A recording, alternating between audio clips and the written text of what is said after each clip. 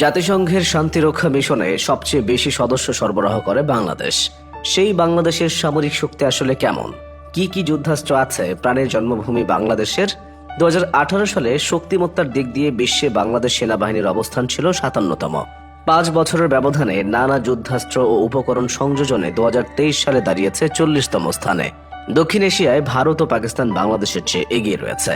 অন্যদিকে প্রতিবেশী মিয়ানমারের সঙ্গে পাল্লা দিয়ে এগোচ্ছে ঢাকা। মিয়ানমারের অবস্থান বাংলাদেশের ঠিক উপরেই 38তম স্থানে। গ্লোবাল ফায়ারপাওয়ার.com নামে একটি সংস্থা প্রতি বছর এই তালিকা প্রকাশ করে। গত 5 জানুয়ারির যে তালিকা প্রকাশ হয়েছে তাতে জায়গা পেয়েছে বেশ কয়েকটি বিষয়। সেনাবাহিনীর আকারের পাশাপাশি দেশের অর্থনৈতিক অবস্থা, লজিস্টিক সক্ষমতা ও ভৌগোলিক অবস্থানও বিবেচনায় নেয় সংস্থাটি।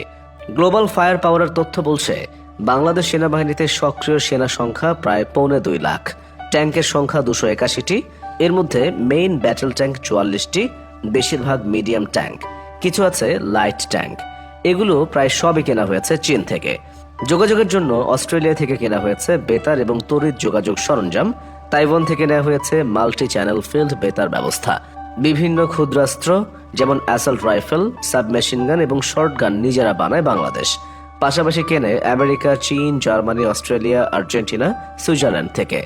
বেলজিয়াম, চেক প্রজাতন্ত্র, রোমানিয়া, অস্ট্রিয়া, ইন্দোনেশিয়া থেকেও আসে বেশ কিছু অস্ত্র। কার্বাইন, স্নাইপার, গ্রেনেড লঞ্চারও আনা হয়েছে বিশ্বের বিভিন্ন শক্তিশালী দেশ থেকে। গ্রেনেড নিজেরা তৈরির পাশাপাশি কেনা হয় সুইজারল্যান্ড থেকেও। স্বয়ংক্রিয় নানা অস্ত্র কেনা হয়েছে যুক্তরাষ্ট্র, রাশিয়া, চীন, বেলজিয়াম, তুরস্ক থেকে। মর্টার, ট্যাঙ্ক, বিধ্বংসী ক্ষেপণাস্ত্র কেনা হয়েছে রাশিয়া, চীন থেকে। নানা ধরনের সাজোয়া যান যেগুলো কেনা হয়েছে যুক্তরাষ্ট্র, আরব আমিরাত সহ নানা দেশ থেকে।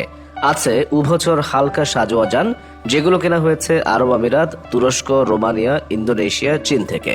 মাঝারি ও স্বল্প পাল্লার বহুমুখী ক্ষেপণাস্ত্র উৎক্ষেপণ ব্যবস্থা, সেলফ প্রপেলড আর্টিলারি গান, স্বল্প পাল্লার আকাশ প্রতিরক্ষা ব্যবস্থা, মানব বহনযোগ্য আকাশ প্রতিরক্ষা ব্যবস্থাও আছে বাংলাদেশের।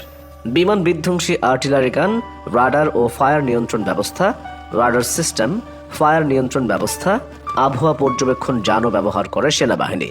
ইলেকট্রনিক জ্যামার, স্থির ডানার বিমান, helicopter, drone, high speed boat, landing craft tank, command শিপও আছে বাংলাদেশের। এগুলো বাংলাদেশ সেনাবাহিনীকে সমীহ করার মতো অবস্থানে নিয়ে গেছে। বাংলাদেশের হাতে সামরিক যান আছে 13,000-এরও বেশি। সেলফ প্রপেলড আর্টিলারি রয়েছে 30টি, টোয়েড আর্টিলারির সংখ্যা 370টি, রকেট আর্টিলারির সংখ্যা 70টি। বাংলাদেশ নৌবাহিনীর শক্তি বেড়েছে সাবমেরিনের কারণে। এই বাহিনীর সদস্য সংখ্যা 30,000-এর মতো। তাদের হাতে 2টি সাবমেরিন ছাড়াও আছে 7টি ফ্রিগেট, করভেট 6টি, 30টি টহল নৌযান এবং 5টি মাইন ওয়ারফেয়ার। কোনো ডেস্ট্রয়ার, যুদ্ধজাহাজ, বিমানবাহী রণতরী এবং হেলিকপ্টারবাহী রণতরী না থাকাটা বাংলাদেশের একটি দুর্বলতা।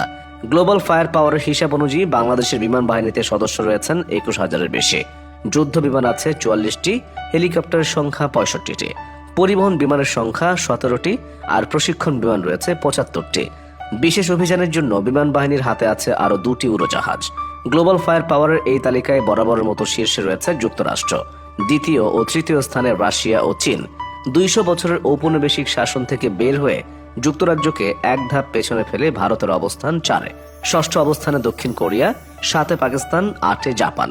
শীর্ষ 10-এর বাকি 2টি স্থান ফ্রান্স ও ইতালির।